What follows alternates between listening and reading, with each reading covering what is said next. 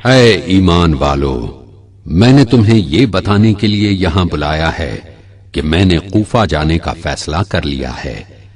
مجھے مسلم کا خط ملا جس میں کہا گیا ہے کہ میں اس آنے میں جلدی کروں، کیونکہ کوفہ کے سبھی لوگوں نے اس رائے پر اتفاق کیا ہے۔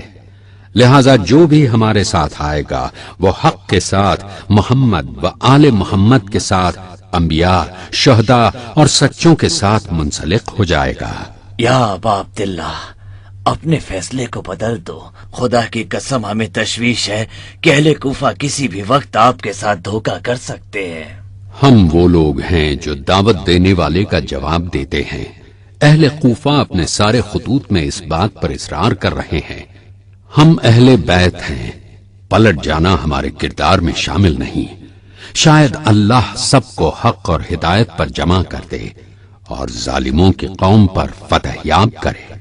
لیکن اے فرزند رسول، کوفہ والے اپنا وعدہ وفا نہیں کرتے۔ بخدا ہم ان کی دعوت پر لبیک کہتے ہوئے جا رہے ہیں۔ وہ قابل اعتماد نہیں ہے، ہم آپ کے لیے ڈر رہے ہیں۔ اے فرزند رسول نہ جائے، نہ جائے اے فرزند رسول۔ اے جعفر طیار کے بیٹے، میں نے رسول اللہ صلی اللہ علیہ وآلہ وسلم کو خواب میں دیکھا۔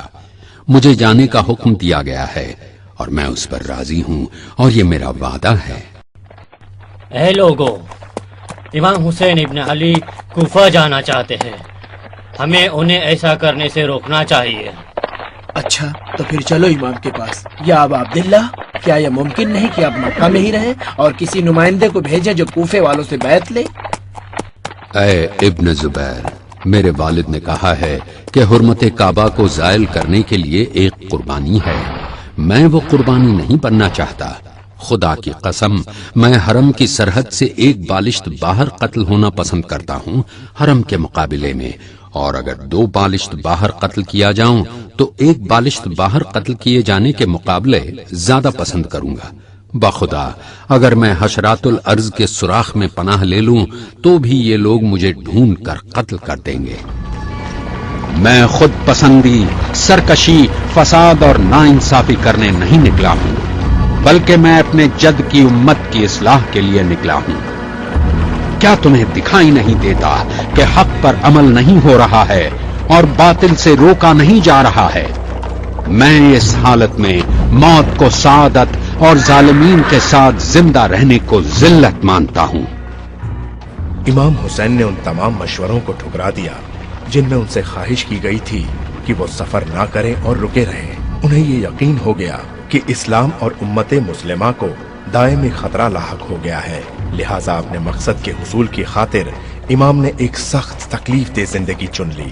امام حسین کا قافلہ نکل پڑا اور ایک جگہ سے دوسری جگہ جزیرہ عرب کے عظیم صحراؤں کو طے کرتا رہا۔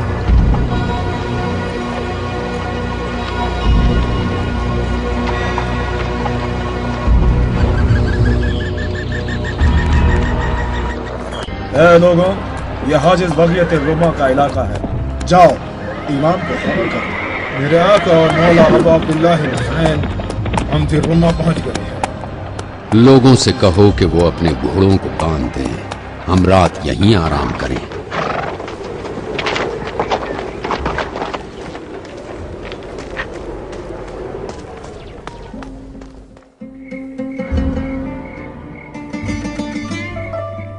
زر رما پہنچنے کے بعد امام حسین نے سوچا کہ کیوں نہ کوفہ کے لوگوں کے نام ایک خط روانہ کر کے ان کے ایمان کو تازہ اور انہیں ثابت قدمی پر باقی رکھا جائے، اور ساتھ ہی ساتھ یہ خبر دی جائے کہ وہ ان کی طرف آ رہے ہیں۔ بسم اللہ الرحمن الرحیم۔ حسین ابن علی کی طرف سے مسلمان بھائیوں کے نام، سلام علیکم۔ تعریف کرتا ہوں اس اللہ کی جس کے سوا اور کوئی خدا نہیں۔ مسلم ابن عقیل کا لکھا ہوا خط مجھے ملا جس میں انہوں نے مجھے تم لوگوں کی نیک رائے سے واقف کرایا اور یہ بتایا کہ ہمارے حقوق کے حصول میں آپ لوگ ہماری مدد کریں گے۔ ہم اللہ سے دعا کرتے ہیں کہ تمہیں اس نیک کام کا بہتر سے بہتر ثواب اور اجر ملے۔ ہم مکہ مکرمہ سے منگل 8 ذی الحجہ کو یعنی ترویہ کے دن تمہاری طرف روانہ ہو چکے ہیں. ہم تمہارے پاس اپنا ایک قاصد بھیج رہے ہیں. تم اپنے امر کو ظاہر نہ کرنا اور کوشش جاری رکھنا. انشاءاللہ تعالی ہم بہت جلدی تمہارے ساتھ ہوں گے. والسلام علیکم ورحمۃ اللہ. اے قیس، کوفہ کے لوگوں کے لیے میرا یہ خط لے جاؤ اور ان سے کہنا کہ انشاءاللہ ہم وہاں بہت جلد پہنچ رہے ہیں. آپ کا حکم سلاخوں پر میرے مولا، میں انشاءاللہ فوراً روانہ ہو جاؤں گا.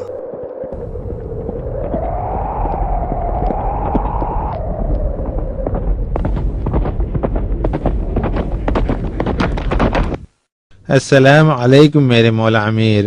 حسین اپنی فوج کے ساتھ مکہ مکرمہ سے کوفہ کے لیے روانہ ہو چکے. جاؤ حسین ابن نمیر سے کہو کہ ان کا راستہ روکیں اور انہیں کوفہ تک پہنچنے نہ دیں.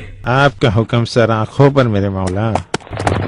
حسین ابن نمیر کی قیادت میں ابن زیاد کی فوج کے 4000 گھڑ سوار قادسیہ کے علاقے میں پہنچ گئے اور خفام تک پھیل گئے.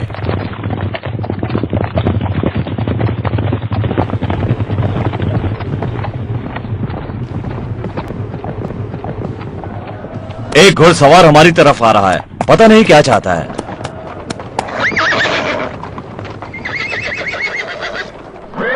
تم کون ہو یہ شخص؟ میں قیس ہوں اور کوفہ جا رہا ہوں. اے میرے عرب بھائی، مقصد کیا ہے؟ حسین ابن علی نے مجھے اس خط کے ساتھ بھیجا. یہ حسین کا قاصد ہے.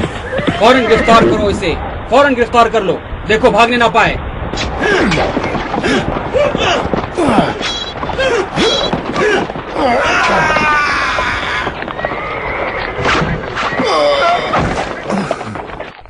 وائے ہو تجھ پر. حسین ابن علی کا خط کہاں ہے؟ وہ تم اور تم جیسوں کے لیے نہیں ہے. اسے حسین نے کوفہ کے شریفوں کے لیے بھیجا اور وہ خود بھی انشاءاللہ بہت جلد پہنچ رہے ہیں. تو اپنے ان الفاظ پر پچھتائے گا اے حقیر شخص. بالکل نہیں. حق بات پر پچھتاوا کیسے؟ برا ہو اس کا. اسے ابن زیاد کے پاس لے چلو. اے لوگوں، تمہارا قاصد مسلم ابن عقیل اور اس کے ساتھی قتل کر دیے گئے. کیا کسی نے تمہیں اس کی خبر نہیں دی؟ ہم نے اس سے کہا تھا کہ وہ حسین کی برائی کرے، لیکن اس نے انکار کر دیا، لہٰذا ہم نے اسے قتل کر کے محل کی چھت سے پھینک دیا. اب تم مجھ سے کیا کروانا چاہتے ہو اے ابن زیاد؟ کچھ بھی نہیں، بس تم کوفہ کے ممبر پر جا کر علی ابن ابی طالب اور حسین کی برائی اور مذمت کرو. ٹھیک ہے، میں تیار ہوں. میں ایسا ہی کروں گا. اے لوگوں، حسین ابن علی اللہ کی بہترین مخلوق ہیں. وہ رسول اللہ کے صاحبزادی فاطمہ زہرا کے فرزند ہیں اور میں ان کا قاصد ہوں. حاجز بختیار رما تک میں ان کے ساتھ تھا اور وہاں سے ان کا پیغام لے کر یہاں تک آیا ہوں. تم لوگ ان کی اطاعت کرو، نہ کہ اس جھوٹے اور جگر چبا کر کھانے والی عورت کی اولاد یزید ابن معاویہ کی. خدا مجھے اور تمہیں معاف کرے. بالکل حق بات کر رہا ہے. میرا بھی یہی خیال ہے. عبید اللہ اور اس کے ساتھ ہی مجرموں کی ٹولی ہے. اے پہرے داروں، اسے اتارو اور فوراً گرفتار کر لو. اسے محل کی چھت پر لے جاؤ اور اس کی گردن اڑا دو.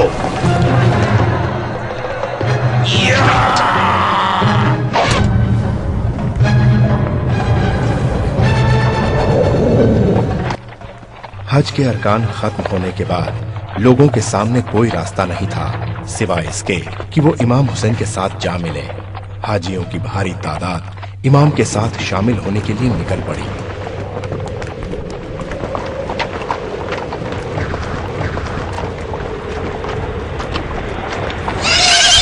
رک جا گھوڑے، رک جا. مرحبا اے لوگو. مرحبا مرحبا آقا. آپ کہاں سے آ رہے ہیں اے شیخ؟ میں کوفہ سے آ رہا ہوں اے بھائی.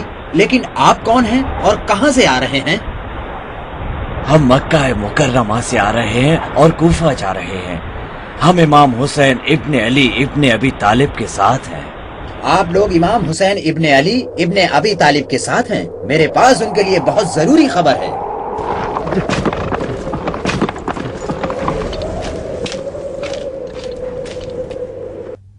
خوش آمدید اے شیخ. بتاؤ کوفہ اور وہاں کے لوگوں کی کیا خبر ہے؟ خدا کی قسم میرے آقا، میں ہانی ابن عروہ اور مسلم ابن عقیل کے قتل ہونے کے بعد ہی کوفہ سے چلا ہوں. ان کی لاشوں کو بازار میں گھسیٹا گیا.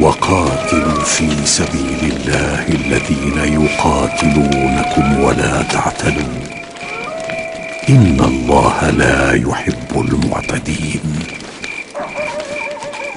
واقتلوهم حيث ثقفتموهم وأخرجوهم من حيث أخرجوكم والفتنة أشد من القتل ولا تقاتلوهم عند المسجد الحرام حتى يقاتلوكم فيه